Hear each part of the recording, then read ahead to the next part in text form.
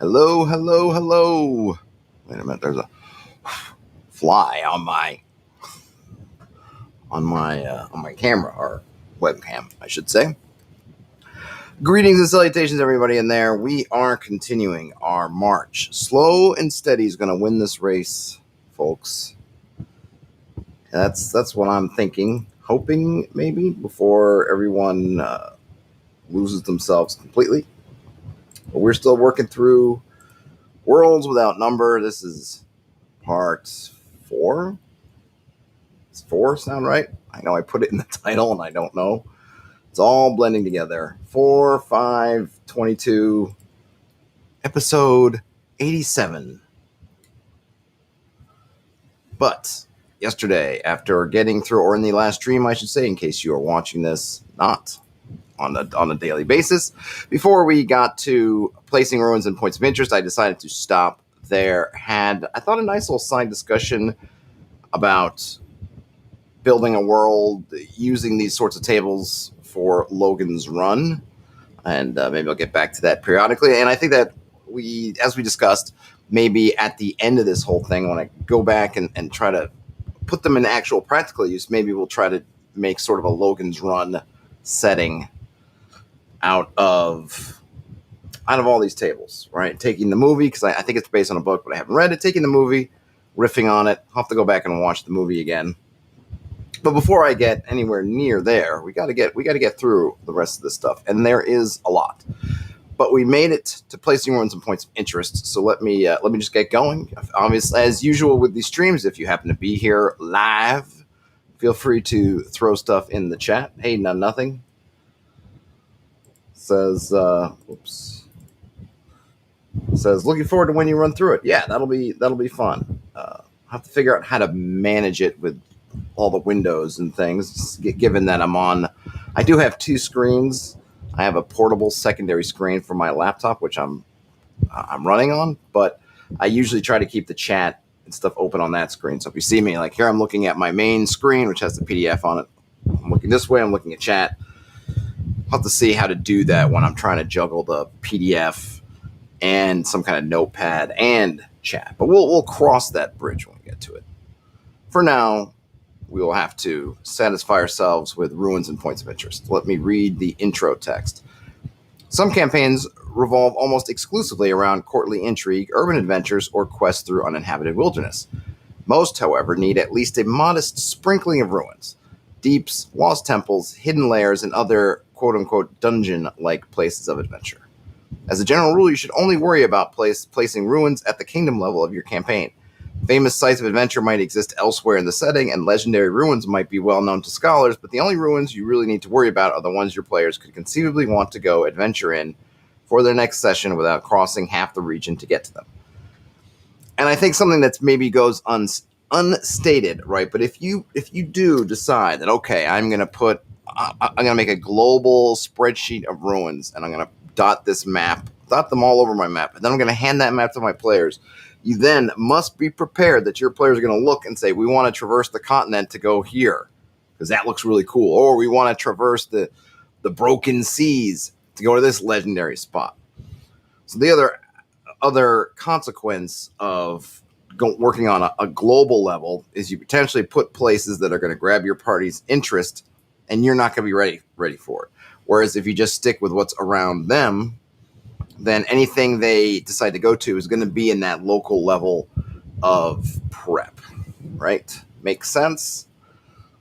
I think so. Though he doesn't actually say that, it's sort of implied.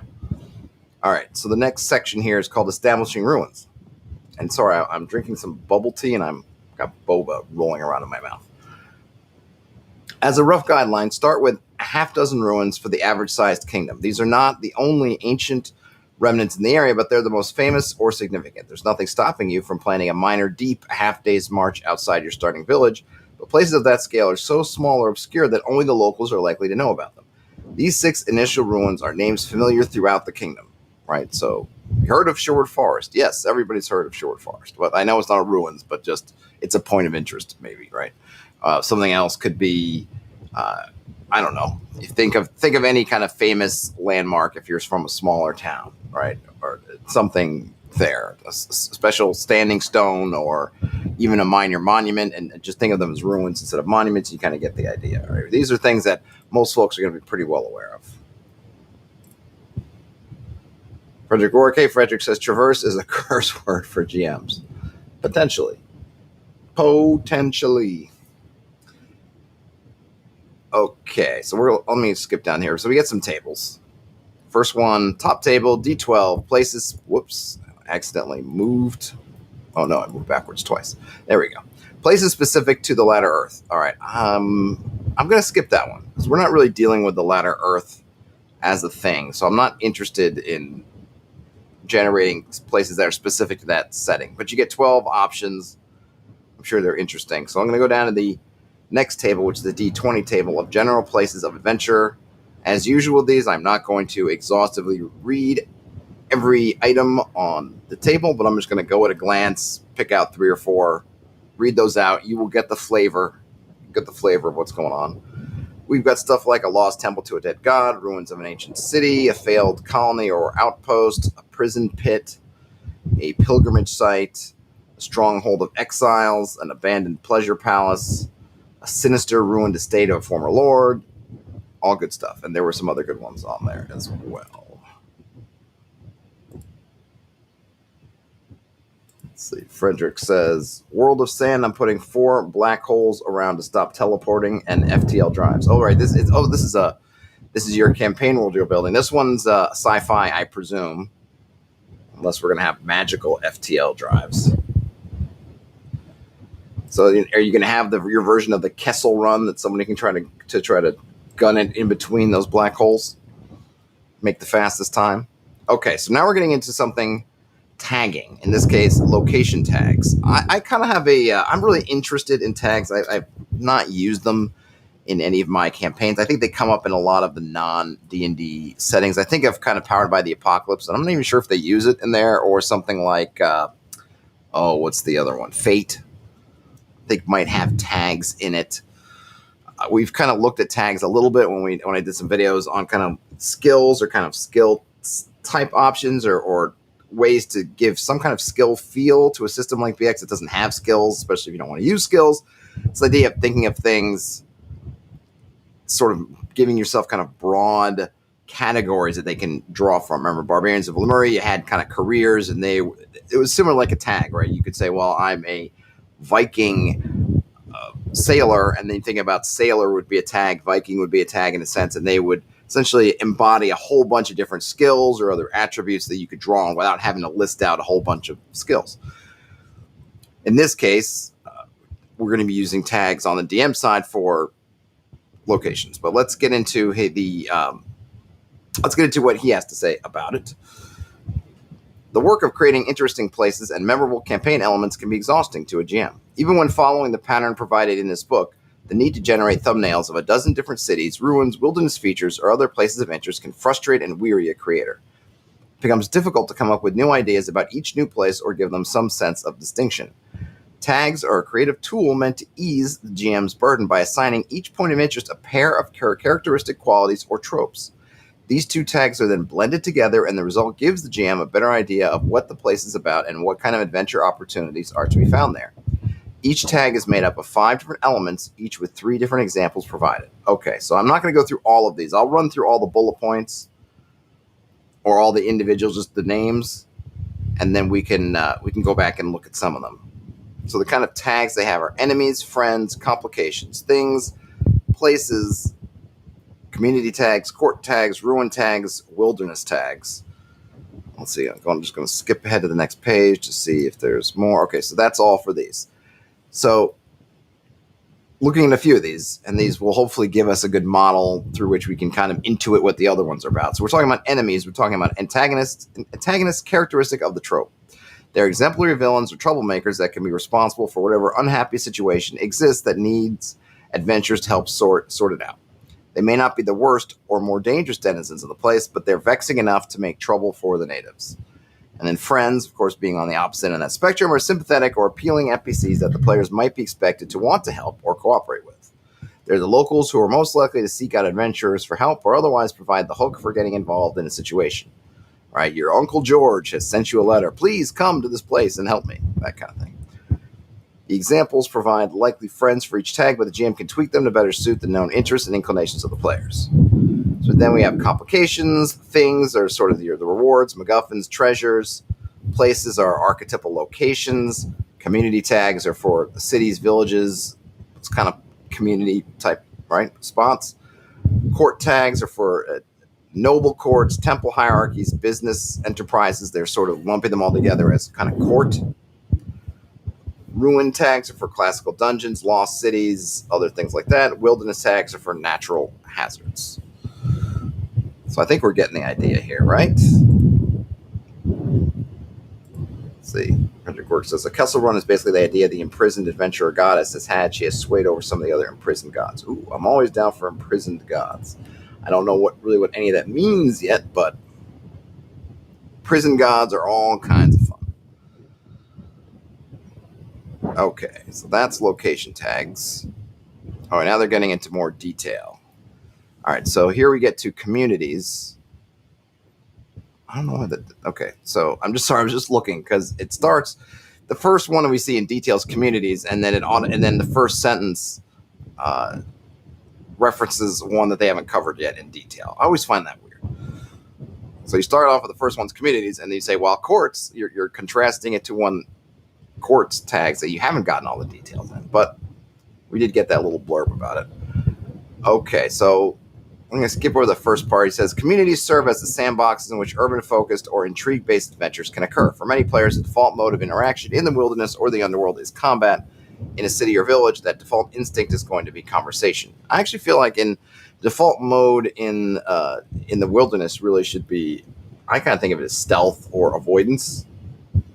Stealth/avoidance, conversation, then combat. But it's going to depend a lot on your party, right? And your addition to the game, too.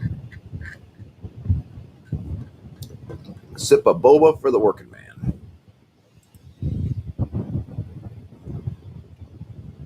Okay. Let's see what kind of examples we get here. So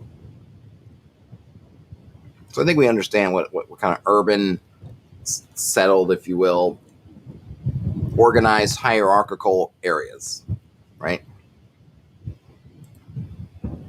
Okay, so now we're getting... All right, so there's a lot here. Okay, so now we're talking about rural villages. So we start off with some high-level stuff about communities, kind of breaking into levels. Rural villages, we get some tools. I'm not going to read through all of these. Again, right, that's my default mode. I'm going to tell you the name of the table, the die roll you roll on this table if you want to use it, and maybe a few just to give an idea of what each of these tables is about. So we got rationale of the village's existence, the D12 table, right? It's pretty self-explanatory stuff. It was a garrison outpost, a mine or quarry, refugees settled it. It was a trade route, kind of way station, might have been a bandit camp that went straight, so on and so forth. Village features, it's another D12 table, but with 3 columns. The first column is who runs it. The second column is significant locals. And then a third column is a current pressing problem. And you'll notice here, you can kind of see he called it earlier at the beginning of this portion, that this whole book, or maybe this whole section of the book is really kind of a design pattern for developing. And you can see the pattern with all these tables and all these different things is an idea of who runs the place, maybe what is a significant faction. Potentially, he's calling it locals, but essentially it is you could call it a village level faction, and then a problem, right? What is here that is not going right? And even when we were talking about, hey, we were looking at, we're going to build an evil cult like religion. It's even that still had a problem, which could be something that the PCs end up creating, something that PCs can take advantage of. Anyway, you slice and dice it. Having the problem is good because it's presenting opportunities for the players to insert their characters into something. If you go to El Dorado and everything's perfect, the party really has nothing to do. By establishing early on, not only in the fiction, but in your mind as a GM, what does this village need that they don't have? What is a problem they need solved? If your party ever gets there, as you're thinking about it, you're naturally gonna have these openings so the party can go and ask somebody, "Hey, what do you need? You know, what problems do you have, oh Lord?" And you can look and say, "Okay, you know, a new religion's making trouble with the old, or an ambitious land dispute is getting bloody." Right? Great. That's an adventure, or part of an adventure, or something to do on the side if there's a bigger other adventure happening. Whoops, went backwards again. Let's see what's going on in the chat. Hey, Michael Fraker, what would be great if Abulfia was up and running? Then all these tables could be turned into pages that gives you a roll of like 4 samples you can choose from. Yeah, I missed that Abulafia or whatever it's pronounced. It was really a really cool site. All kinds of crazy, amazing stuff, and you could chain together all these different tables and able to build on other people's work. I wonder if everyone's gonna. I would put the link in the chat, but it's dead. Abulafia, yeah, something like that. Abulafia. I know it's named after an Arab scholar. Put it in your search engine machine of choice. You'll probably get there. It was a great site. It was something I would have been at the top of my list to recommend, but it's been down. There were certain changes. I don't know if it was to PHP or to the wiki software or whatever it was that made it work. That is down, and the author pretty much doesn't have the time or what resources at the moment to fix it, and that was a while ago. And you can still access all the tables if you just want to see what they're like. But the really remarkable thing about that site was you could chain all these things together. So, for example, someone made a bunch of tables with all kinds of different colors. Some of them, mundane to the just crazy. You could take that table and then apply it in a bunch of different ways. So that table could be also to gem colors, to clothing colors, to clouds in the sky. And so you could really chain together all these different things. So in the case of something like Worlds Without Number, you could chain together a bunch of this stuff, including stuff like generating names and generating, essentially kind of NPCs for it. So you need, hey, not only do you say, looking at the features of the village, who runs it, a hereditary headman. You could not only you could have that come and say something like Abulafia, but then you could actually plug that in and get an identity for who that headman is and something about them. And so you could really kind of make amazing stuff. And people were making amazing stuff, but it's dead, Jim. And I don't know if it's coming back. Nothing says, Fairy Village has a problem. Might make the world seem less real. Seems very video gamey. I wouldn't roll on all these tables for every village. I would say, okay, so there's a way to look at it and say, yes, it's video gaming, right? You come to the village, you go to the town square and say, we are adventurers in town. Tell us your problems, right? And someone comes over and says, I got rats in the basement. I got whatever. I would say, I think if it's a video gaming, it's because you've made it too simplistic. You could build up. But I would also say, if you go to any pretty much place on Earth, there are problems. I don't know any perfect villages. You might need to talk to the right people. They might not be advertising their problems. There are problems, right? Just go to any town hall in any particular little town or any kind of gathering of folk anywhere, and you're going to find that they've got problems. So I wouldn't say it's unrealistic. Maybe the nature of the problems, like in the table here that they're giving, are these ones that might seem they're obviously adventure-centric, stuff that you can easily come in and try to fix for them. And so maybe they sound video gamey, like you come to the village. I need 10 bales of hay, but I can't get them because the wolves have taken over my hayfield. Could you clear out the wolves and get my 10 bales of hay back to me? And then there's a guy next to him. I'll give you 5 gold for every wolf pelt that you bring back to me. Can you go find wolf pelts? I heard that these wolves are hanging out near the hayfield, right? Yes, that sounds cheesy. It doesn't have to be that way. And remember that your party's probably not going to be going village hopping every other session unless they're doing something. So you're not going to be introducing this everywhere they go. And as they go up levels and as they gain more power, some of the stuff is going to drop off their radar. Maybe in the first village, the lady who's got the giant centipedes infesting their basement is something that is right up their alley. But by the time they get to say third or fourth level, and they're like, ladies, like, yeah, I got giant centipedes in my basement. You're probably like, here's some gold.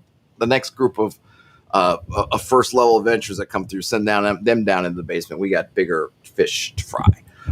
So I wouldn't worry too much about that. It looks worse. I think it looks worse from that kind of standpoint than it really is, because we're doing everything one after another, right? But I mean, I've been playing with my party for the better part of over a year, and they've only been to 2 different villages. Kind of one's the starting town, and the other one's kind of a smaller, kind of more military town down the line. And they really haven't spent significant time in either one of them. And so I wouldn't even need to roll up another rural village. Who knows when they'll finally. There's been enough stuff happening just in this little area that they haven't had to figure it out. Let's see. Perfect Village is why I decided that for this World of Sand campaign, they added a pack of gods that go around. They look for the perfect peaceful village and mess it up. Yeah, that's definitely one way to do it. I just think that no place is perfect, and if you feel like you're running into too many video game tropes or things that just strike you as being too video gamey, just change up the table. But some of these are pretty. I'll read a couple more of these problems that are fairly general, so you can really tweak them to be more interesting or intriguing. So you have noble quarrels have caused collateral damage. So that's something that might take a lot of investigation to figure out. We could drill down into that and say, well, what is the party actually seeing in the town, or what are they being told? It's probably not that. It's probably don't come in and the Lord goes, oh, well, you got to help me. I got 2 rival lords and they're causing collateral damage with their quarreling. Maybe it's the first thing you see is the collateral damage, and that could be a lot of different things. And then maybe you're going to have the party's going to have to do some investigation to work back from here's this thing that's happening, what causes this thing, and through investigating what causes this thing, the ultimate problem is revealed. And of course, you could have a couple of these together. The one that's right before that or maybe I'll do the next one. So you have an ambiguous land dispute is getting bloody, right? Maybe that ambiguous land dispute is the collateral damage from the quarrel. So you could chain these together to make kind of an interesting net of solvable, adventurable problems. But if they don't work for you, then you could use the same setup and just create new tabular content to fill in these tables. Okay, so now we have village involvements with adventurers. Oh, and we have 2 things here. Let's see. So there's a local who's likely to interact with the adventurers, and then the second column, this is a D12 table, is interesting things the place can offer heroes. So this is interesting. So you have adventurers show up, and I don't want to get too much sidetracked, but I really think there's this. I like to think of the adventurers as pebbles that fate has thrown into a pond. So I like to think of a lot of places, maybe even most places, is some kind of deadlock, or I don't want to use stasis, because obviously I want things to be happening in the town, whatever the place is. I don't mean that it's static, but maybe what I mean is it's kind of inevitable. These things are going to happen. So let me give an example. I think this was the scenario, right, in A Fistful of Dollars. I think A Fistful of Dollars is the one where in which the man with no name is in the town that's basically divided by 2 factions, and then he starts trying to work both sides against the middle. If you think about it, when he shows up, those 2 sides are basically in this kind of deadlock. Each one controls about half the town, and neither one of them has the power to get over on the other one. If left as they are, they're going to be kind of stuck in there. And sure, they're going to, if you drill in enough and you play it out, yeah, there's going to get a little bit ups and downs, bips and bumps, but essentially no one can actually get enough of an advantage to push things over. But then the stranger shows up, and the stranger is this X factor, and this X factor can turn the tide for one side or the other if they're able to secure that stranger through hook or by crook, through money, through threats, through whatever means. Now suddenly that is the advantage they've been looking for. And I like to think of the party when they come into places is, even at level 1, they've shown themselves to have a bit more moxie than your average commoner, even if they're only separated from that average commoner by maybe an extra +1 on there to hit. Right, very little separates a first level character from a level 0 villager. They essentially are rolling the same die to hit, same die of hit points. I mean, depending on which system you're using, I have everybody roll D6s, so I don't give like fighters D8 and whatever. Everyone's a D6. Commoners a D6, so the same amount of hit points, same amount, but they've got a little bit more. Obviously, they have a few extra abilities depending on if they're a cleric or a magic user. Fighter is going to be slightly better, and dwarves and elves are going to be slightly more powerful, depending on unless you're in a village of dwarves or elves, obviously. But just the fact that they're not in whatever that basically locked down feudal life, like they're on the road, they're traveling, they're free, obviously, of any external obligations, at least to start. They've shown some potential for being greater than these other folks. And I think primarily even more powerful powers are going to look at them and say, these are tools that we shouldn't just waste by killing them. We shouldn't just send, I got 30 men. I could probably send those 30 men out and just blow out those adventurers. I'll lose a few, maybe, if I'm unlucky, but I'm going to get rid of them. They're not. I think they're more likely to look at it and say, here's this tool I can use. Sure, I've got 30 men, but the guys across the way have 30 men. These guys are they're stronger probably than my guys. I want them. I want to use them to my advantage. I'm going to look at them as a resource. And I think a lot of times we don't think of the party like that, as this resource who's going to come in and shake things up. You've got, and it doesn't have to be like in the case with a fistful of dollars. I think it's a fistful of dollars, in which it's at a literal kind of static juncture of two forces essentially just pushed up against each other. Neither one can really do much to move the other one out. Even in a situation like if you look at, the town's under siege, the way I try to think of it is the town's under siege, and either the siege is you can look at it however you want to do it on a meta level, or the bad guy's winning or the good guy's winning. I've done all the rolls in whatever battle system, and without any outside force, it's going to take 8 days, and then the city will fall, or the town, or whatever. The village will collapse to the raiders, right? Think of Seven Samurai, right? If the Seven Samurai don't show up when the bandits come back in 90 days, or whatever the number is, and the villagers don't have enough to feed them, the village is going down. And the villagers could try to do all kinds of stuff, and they may make it harder or easier for the bandits, but ultimately the bandits are just not getting there. Seven Samurai show up. Now the calculus has changed. You took a situation that was just inevitable, and now you've thrown the party in the mix. So that's how I try to think of the party, which makes them feel, to me, a little bit more powerful than just, even though, yes, it's 0 to hero, and they are essentially zeros, they're like 0 plus a little extra. But getting back to the tables, I like this idea that there are going to be folk who are interested in interacting with the party, who have something that they want, are going to see these adventures for some sort of resource that they are. But before I get to that, let's see. Nothing in the chat. It's okay. I'm on board for using problems to flesh out locations. I just won't want my players thinking that everyone in the world is waiting for the PCs to solve their problems. Sure. No, I absolutely agree. And you don't have to put, it's not The Sims or like one of those RPGs where you have diamonds over people's heads and then you go talk to the guy with the diamond over their head. Stuff can be hidden. Stuff can be obscured. You may get places that for one reason or another do not want folk aware of their problem. It may need to be sussed out. There's lots of ways to manage it, to make it less I come in and go to the job board. But some people like that. Some people do like that style of game. Hey, I go to the tavern, look on the cork board, see what messages people put down. All right, see what jobs are available. Kind of that Old West theme of I'll go and I'll go to the sheriff's office and see what bounties and everything is ready. And then Frederick Works says there's always competition, right? You have rival heroes, absolutely. And also, who else is watching My Villain Academia? I am so far gone so far behind on any kind of anime. I'm assuming that's an anime.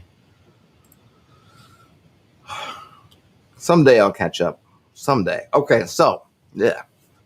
Boba again. All right, locals likely to interact with adventures. We get an ambitious local who wants to get to the city, a social outcast who can't ask any locals for help, a rich villager with a need, a village priest in need of outside help, a village leader who wants expendable help, shifty native who wants some clueless accomplices. So we're getting some just more, right? These are not Some of them could be very simple.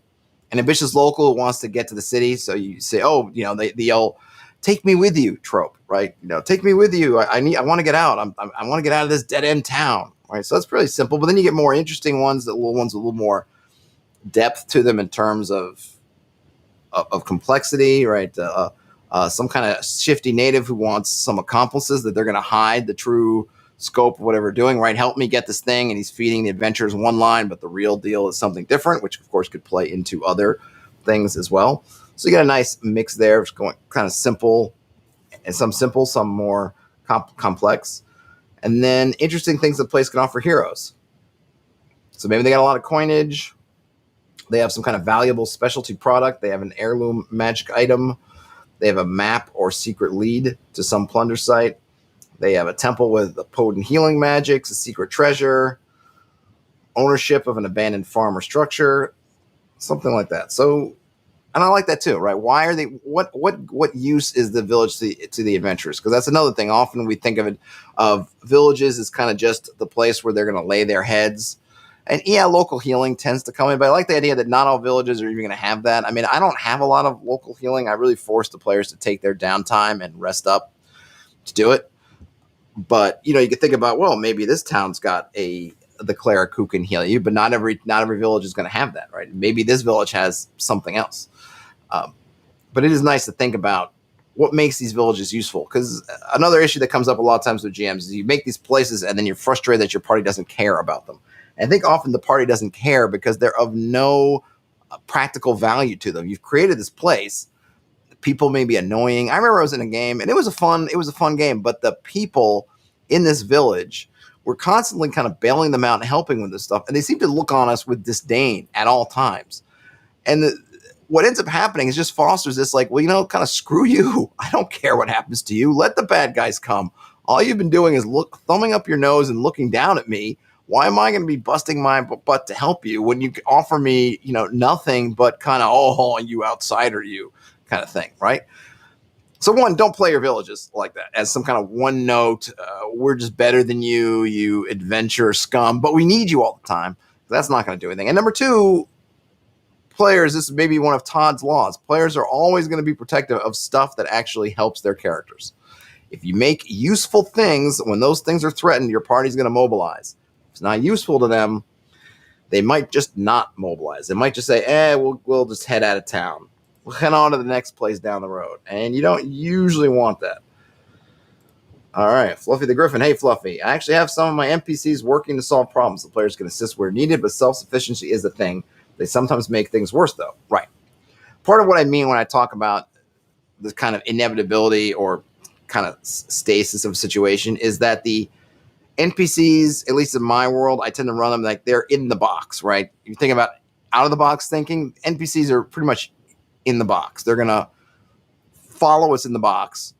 And then you have this thing that's literally the party's coming from outside the box and hopefully providing outside the box thinking that can help turn a disadvantage into something, right? None of the villagers in Seven Samurai were going to think about the kind of tactics that the samurai could deploy. It's just not in their experience, even though they end up having samurai armor and they end up having swords that they've found pretty much.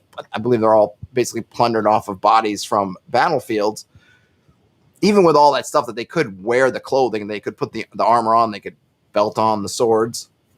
It doesn't give them the kind of know-how to make the kind of complex defense, tactical, tactical play that the samurai make. And so that's what I try to have to do. So yes, my NPCs are always trying to do stuff. They're trying to make the best of their situation, but they're somewhat limited by their thinking, unless they are some kind of maverick or something. And maybe they might look outside of it. But I always try to think about what angles can the party comes in. These guys are just going to keep doing what they're doing. It's the man with no name. It's the man in black who says, well, you've put 50 men in front of there. All I need is a chaos cloak, right? And no one else is thinking about that. No one else is deciding, a wheelbarrow and chaos cloak will get us past 50 men. That's a man in black thinking. That's why the man in black is this kind of special person and not the NPCs who are looking at it going, well, if they got 50 men, I got to go and find at least 51 men or more, or they have to make sure the my men are better than mermen. They're going to think on these kind of very conventional lines. Let's see. Nothing responding to Fluffy. Sometimes the PCs make things worse. Yes, sometimes, often, the PCs make things worse, at least before they get better. And that's where the fun begins, Fluffy the Griffin replies. Yep. Or they make.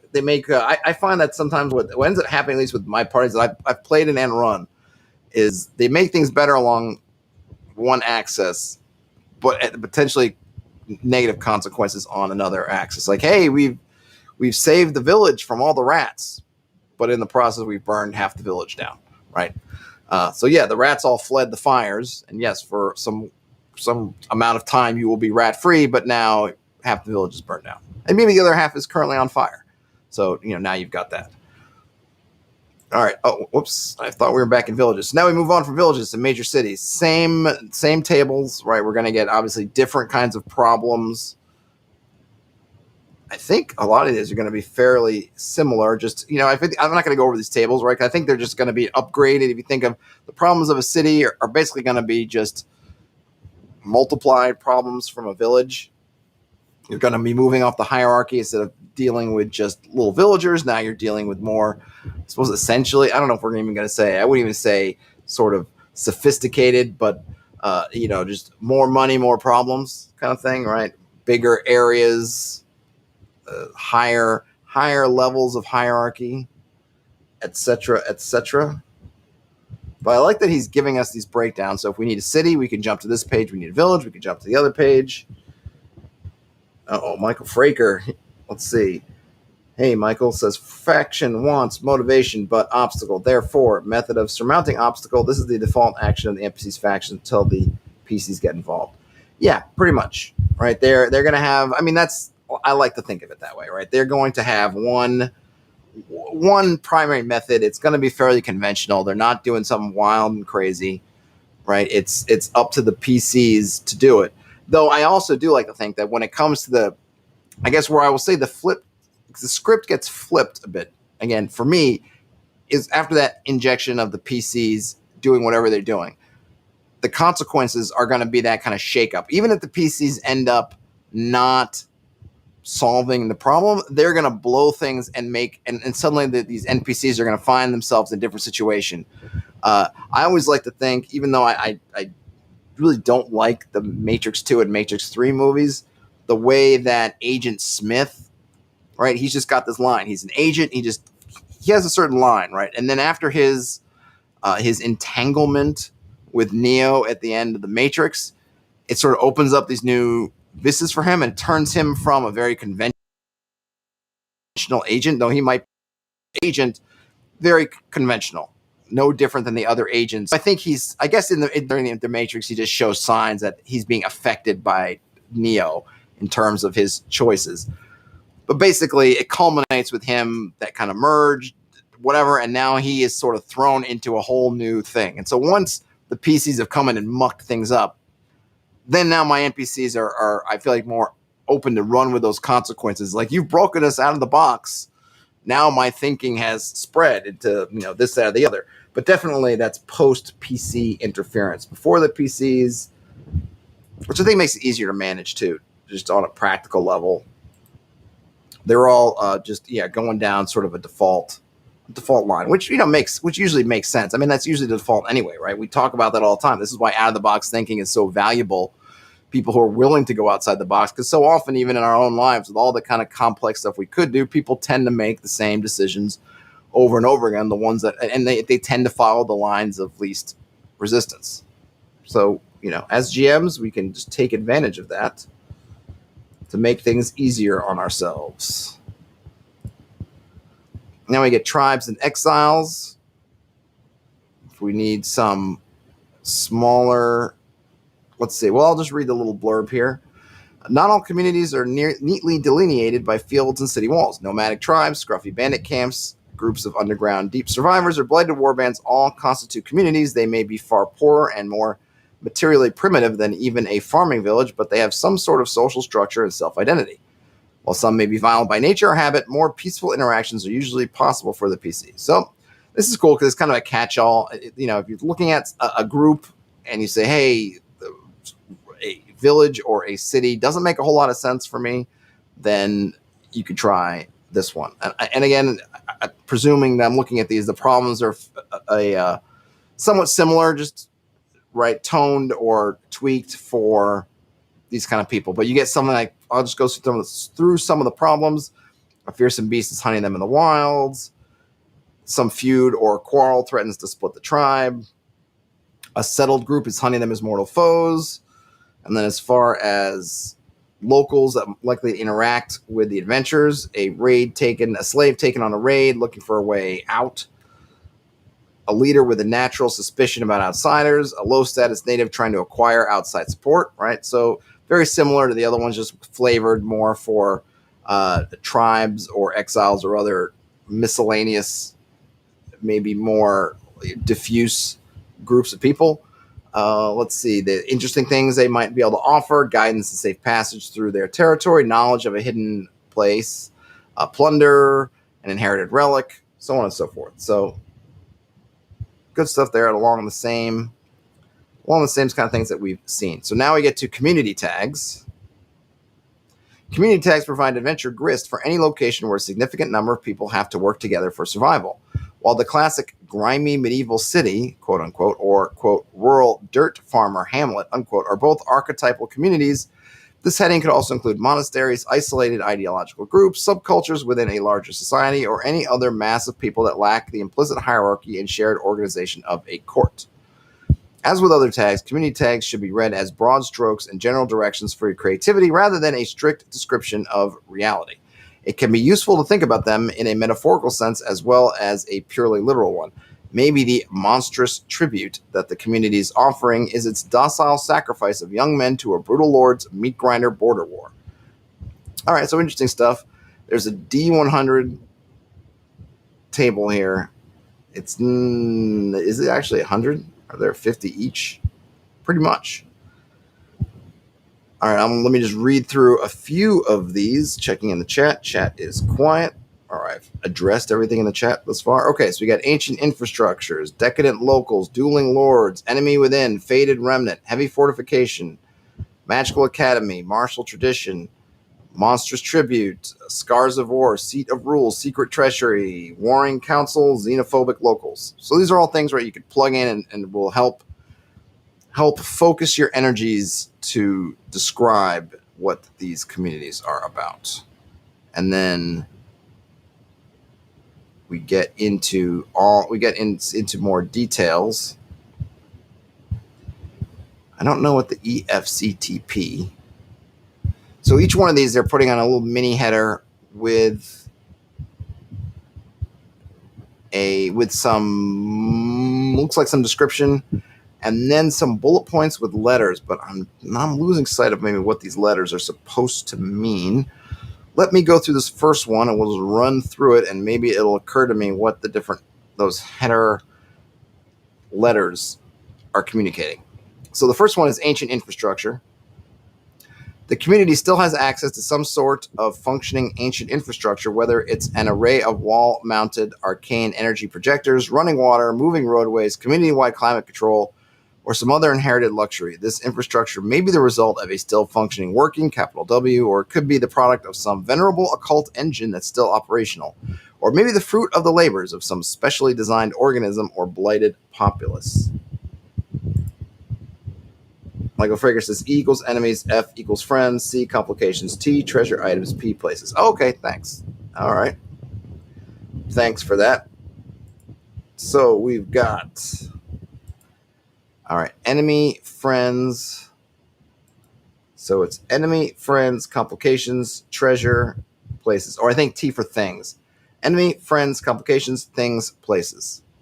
All right, so in the ancient infrastructure tag, an enemy might be an abusive ruler overusing the infrastructure, foreign agents seeking to cause havoc, reckless sorcerer seeking to steal its power. So those would be enemies of such a place. Friends, the harried chief of the maintainers, fascinated foreign scholars, merchants, reliance on the use of the infrastructure. Complications, the infrastructure is cruelly costly. Maintenance is coming up. The infrastructure itself is starting to fray. Infrastructure was actually meant for a much more sinister purpose. And then things, irreplaceable components, spare parts worth vast sums on the market, secret artifacts that can control the infrastructure. And then places, a dangerously energetic work zone, secret hideout inside the infrastructure, sanctified and holy control center. So there you go. So that's pretty cool. So you get some nice examples of the thing itself, and then of the tag itself, and then how it applies to the building blocks of these places. I'm not going to read all these. I'm just going to see which ones might speak to me. Let's see. I'm just reading through here. I know there was a Faded Remnant. All right, here, let's read Faded Remnant. This community used to be much larger and more prosperous, but something happened relatively long ago that left a shrunken shadow of its former self. Only a tithe of citizens remain on the site, and much of its former architecture is crumbling and abandoned. A few weathered tokens of old glory remain, and some may be jealously maintained, but there simply aren't enough locals left to keep up what they've inherited. So an enemy might be looters seeking to plunder the remains, zealots with a plan to return to glory, outsiders, strongmen who want to coerce the locals into obedience. Friends could be learned scholars of the noble past, hard scrabble present survivors, new citizens who see hope in the place. Complications: they don't fully understand what they've inherited. They were crushed because of their past evils. They're not the actual heirs, but merely squatters who moved into the empty place. Then things, we have artifacts of the prior golden age, wealth hidden away long ago, secret keys to unlocking new glories, and then places near abandoned city centers, massive decaying monuments, partially fallen town walls. So, good stuff. All right, so just going to scroll through these. Let's see. I'll do one more. Any of these speaking to me more than others?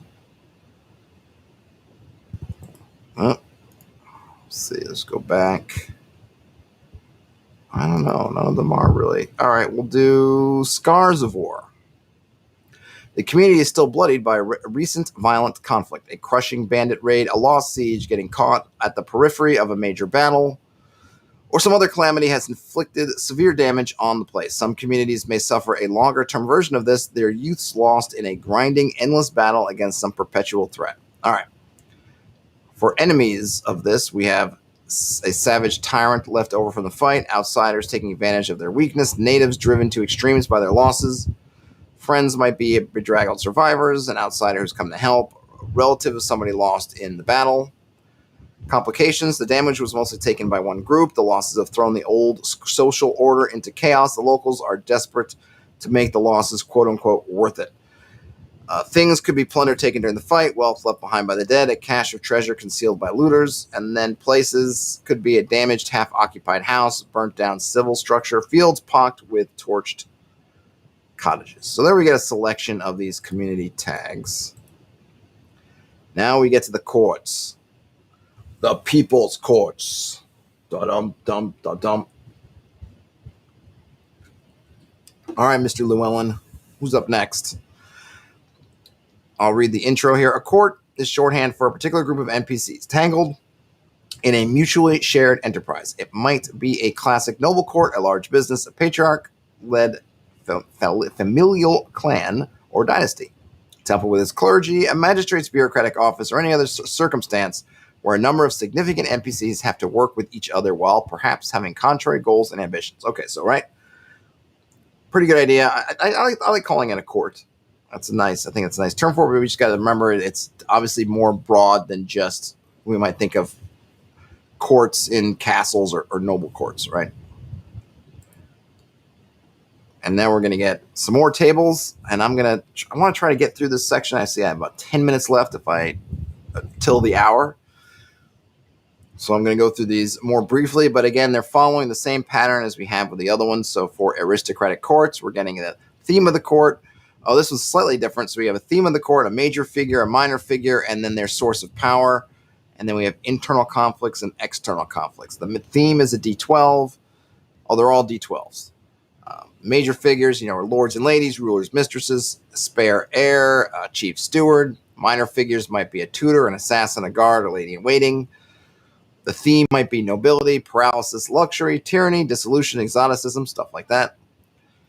If we're meeting people of the court, the source of their power might be they're the only legitimate heir. They control a large chunk of the income. They're widely loved. They have access to sorceries or magical items.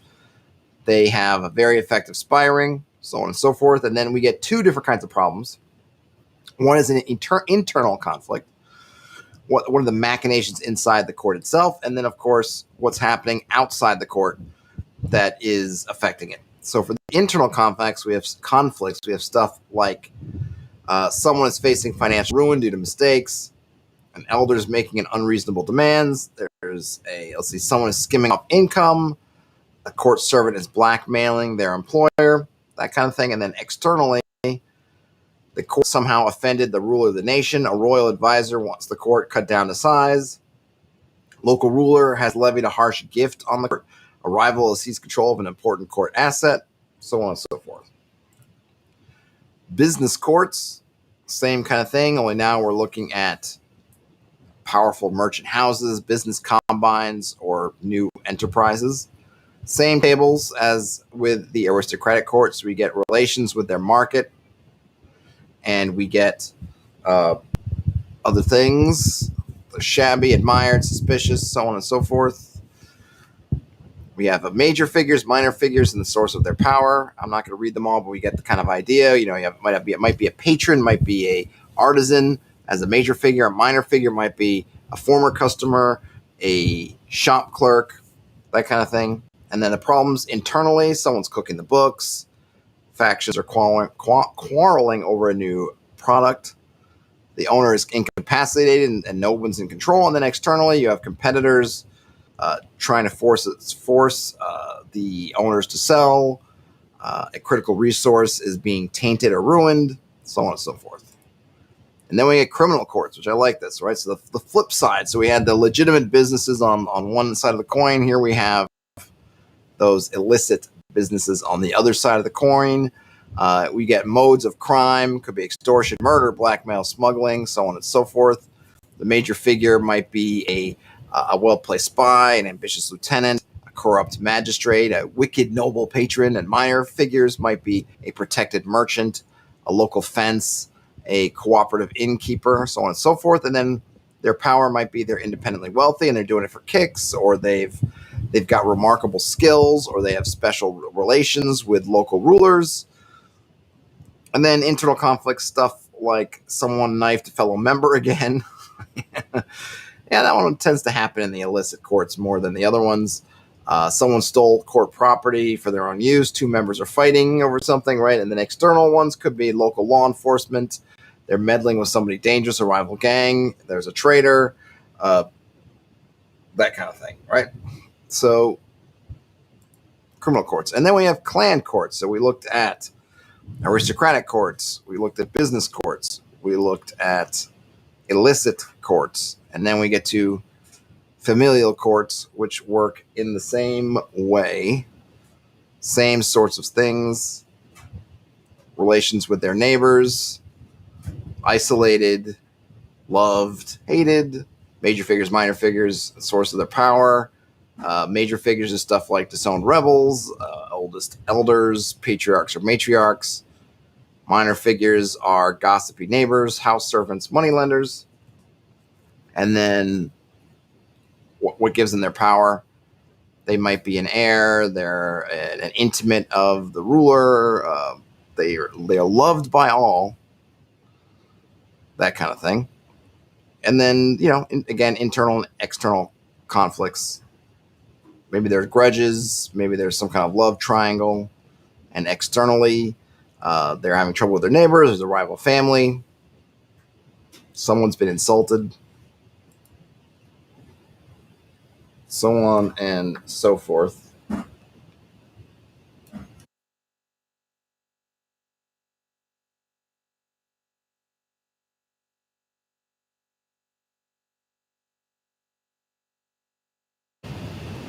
Sorry about that. Okay. And then we're going to get a whole bunch of court tags. Again, D100. Just to give a sampling, we've got a Afflictions Mark, Ancestral Obligation, Cadet Branches, Foreign Ties, Rampant Corruption, Ruling Regalia, Runaway Rule, Shining Successors, Sudden Strength. And same layout as before, right? So for each tag, we're getting a description and some enemies, friends, complications, things, and places. Oh, I got it right that time. Let's see Afflictions Mark. See how that one is. Afflictions Mark. Some sort of persistent, incurable illness is gnawing at the court. The principal leader might have been felled by it or a beloved member, or it may be a spreading curse within its circles. Acute diseases will likely have the sufferers desperate to find some cure, while chronic illnesses might need regular infusions of some costly or morally dubious remedy. Enemies are manipulative quacks, amorally desperate parents, secret spreaders of plague. Friends may be appealing victims, struggling physicians, worried spouse-to-be's of a victim. Complications, the sickness is a direct result of their choices. A faction would profit enormously if the current victims died. The only known cure comes with a dire moral or material cost. And then we'll say things, palliative that can slow or ease the disease, proof of its source or cause, the price gathered to pay for a perhaps real cure, and then places, hushed and shadowed, sick room, a gathering place with an air of forced gaiety, untouched quarters of the recently dead. So there you go. I don't know if I need to do. I'm gonna see how close I am to the end of this section, because I think these are all. I mean, they're all great. I think, as far as giving you ideas. I kind of wish they maybe had a bit here where they kind of spelled out those headers or those headings maybe once per set of pages, so you didn't have to. If you came back, and I could see looking at this, and then you come back in a month, and I think you're like I am. We're looking at going EFCTP. What the heck is that? And have to kind of find out where you go back and find those definitions. But I do like that they give it to you. All right. So I guess I'll do one more, and then we'll leave ruins for the next section. Let's see. Waning wealth, sudden strength, sublime skill, threatened violence. Those are okay. Splendid seat. All right, let's do splendid seat. That just sounds good to me. I like the alliteration. This court operates from a seat of power far beyond the splendor of their peers. It may be some ancient working full of magical powers and benefits, or an ancestral fortress famed in song and legend, or a complex built around some source of precious material or extracted good. Much of the authority of the court might derive from their control of the seat. So we had enemies, the ruler who's heavily on the seat's benefits, a saboteur seeking to destroy the seat, hostile entity bound or associated to the seat. Friends could be the caretaker of the seat's benefits, courtly members fascinated with the seat's history and nature, servants of a line with ancestral ties to the place.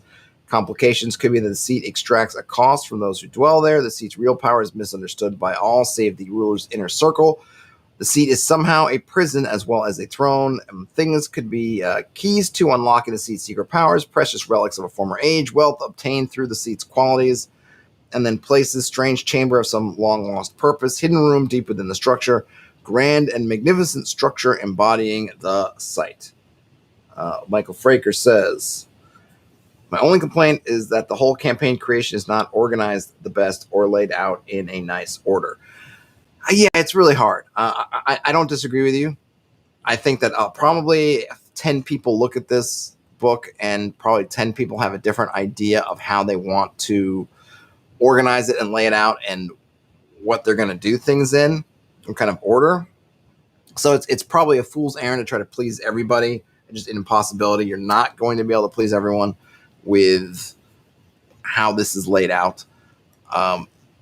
I could see having more of a, if you feel like this section or this particular part of the book is something that's going to be broken out a lot, maybe have some easier ways to jump between the sections. I noticed the table of contents, I think, just has a general breakout to here, just like go here, and then it's 100 pages till the next entry in the table of contents, I think, unless there's a more detailed table of contents somewhere else.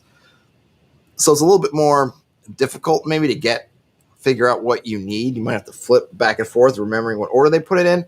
And then, just personally, you see those abbreviations, and even me, having just read the other parts, yesterday or earlier in the stream, I get to these letters and I got to think about, well, why are those letters spelled that way? We're having something again as part of the heading or the top of the page, bottom of the page on each one of those to remind you, hey, here's what these little headings mean. Just would be a nice ease of use thing. But there's certainly a lot of content here. I like the fact that he's very consistent with the tabular, how the tables work and how they work together and what the tables are like, so you can jump from one section to another. And kind of once you learn the pattern, you kind of have the pattern, and it's not all of a sudden do 8 different ways things are working. It's just very simple. I like sometimes the things you can get with more complicated die rolls, but I like there's something also nice and simple. Hey, just roll a d12, roll some d8s, whatever it may be, and not use some kind of super funky dice, even though you can do some great things with them.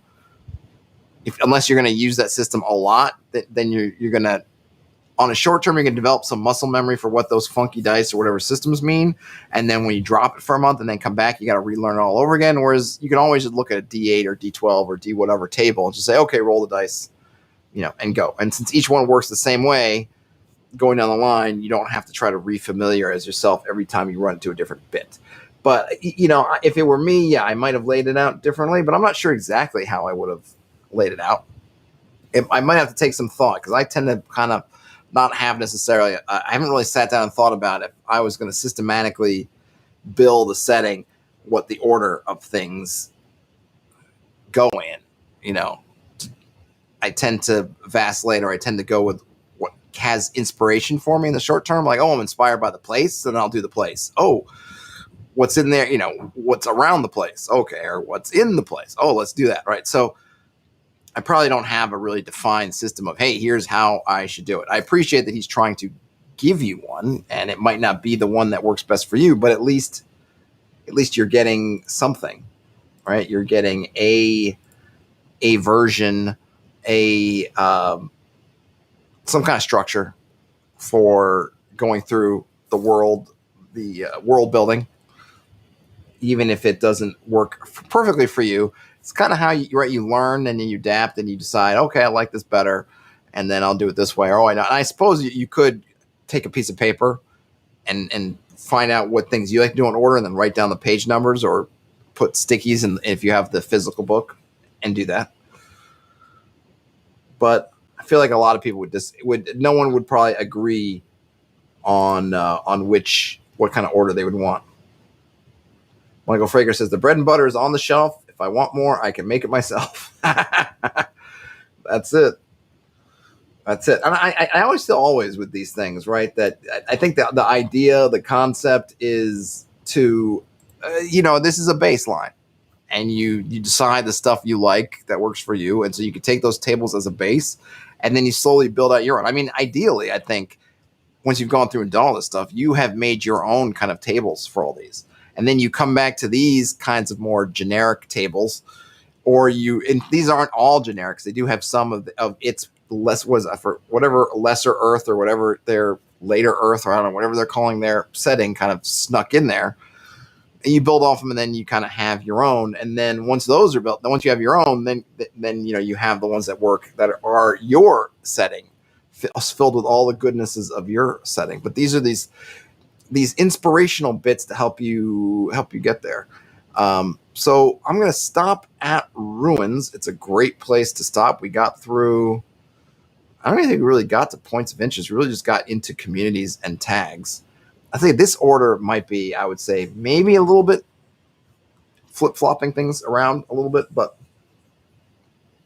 it's all good. Lots of great tables in here. Let me know in the comments. And hey, before you guys all bail out of here, if you can give a thumbs up, if you like enjoyed this stream, that would help me out a lot. And of course, subscribe if you're not subscribed already.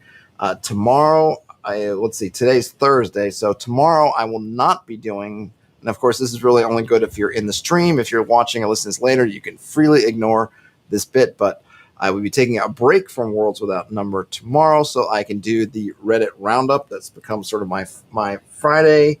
I'm trying to do it on Fridays, and I've been able to for the most part. I think I've done a bunch of them. That's where I'm going to go next. Labor Day is this weekend, I believe. So I will probably not stream on Monday. I might be traveling on Monday. We shall see. So it might be Tuesday before I get back to this. I didn't play my game last night. We got postponed, but it looks like it might be postponed until next week since I can't play tonight and one of my players can't play tomorrow night. And they've tended to be kind of a close-knit bunch, not really wanting to play without the full complement of the party, which is fine by me. So we might have to push until next week. So in that case, I didn't miss on having a prep or recap chat because they didn't happen. Nothing says all written guides are most useful to people that don't know how to do the thing. If you know how to make a chair, you don't need a guide. Yep.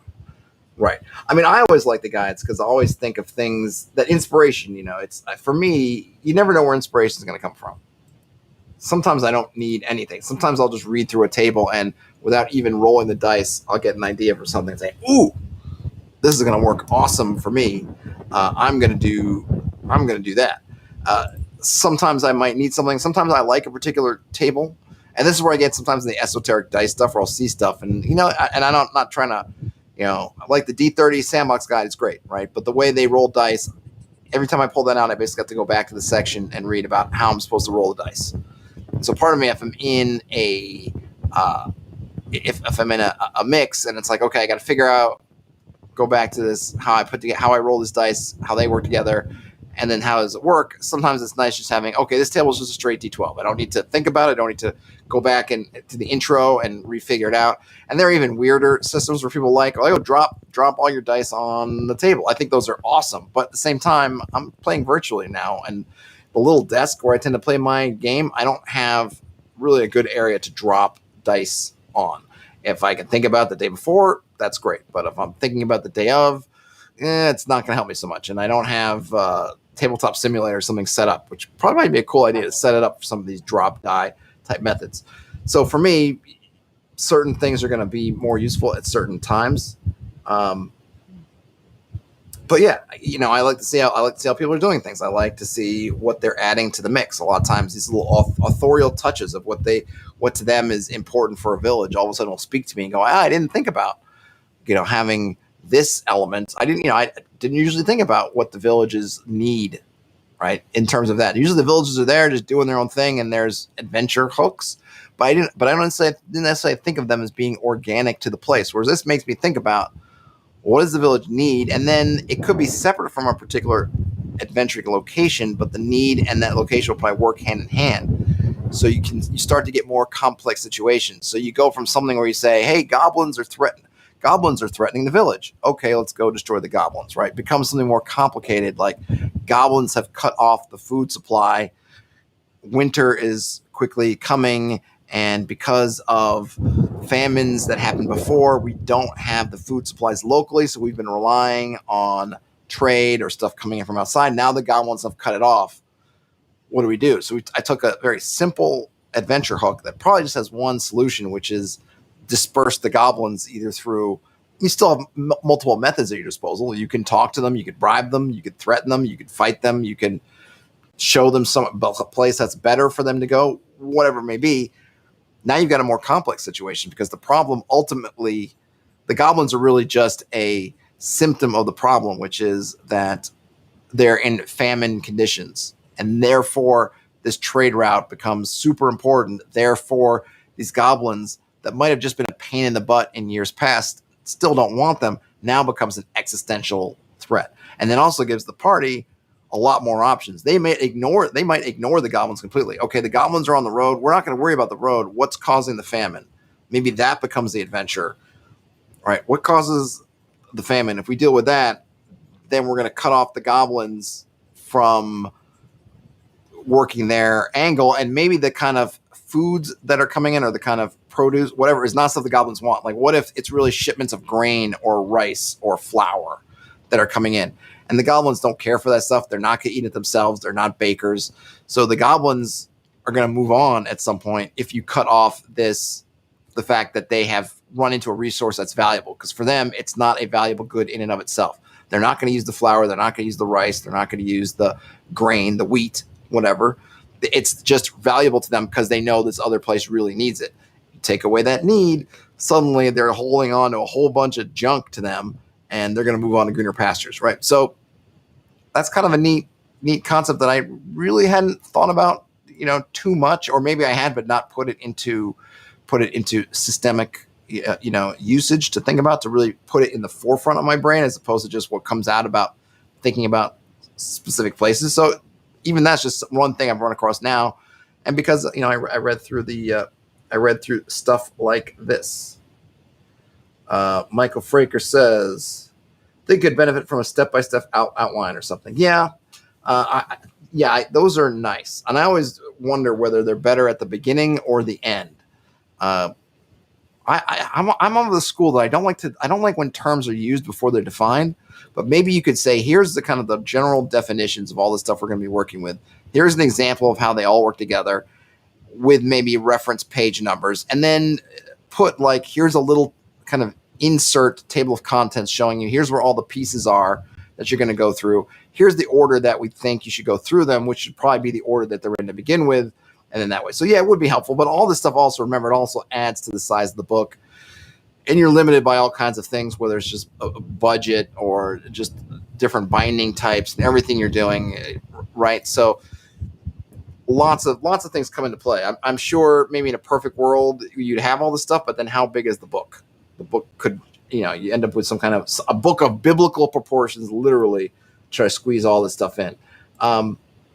But I think the most important thing is that we have all these great tables and content that's in here, and maybe a quibble is that we wish it was presented in a slightly different way.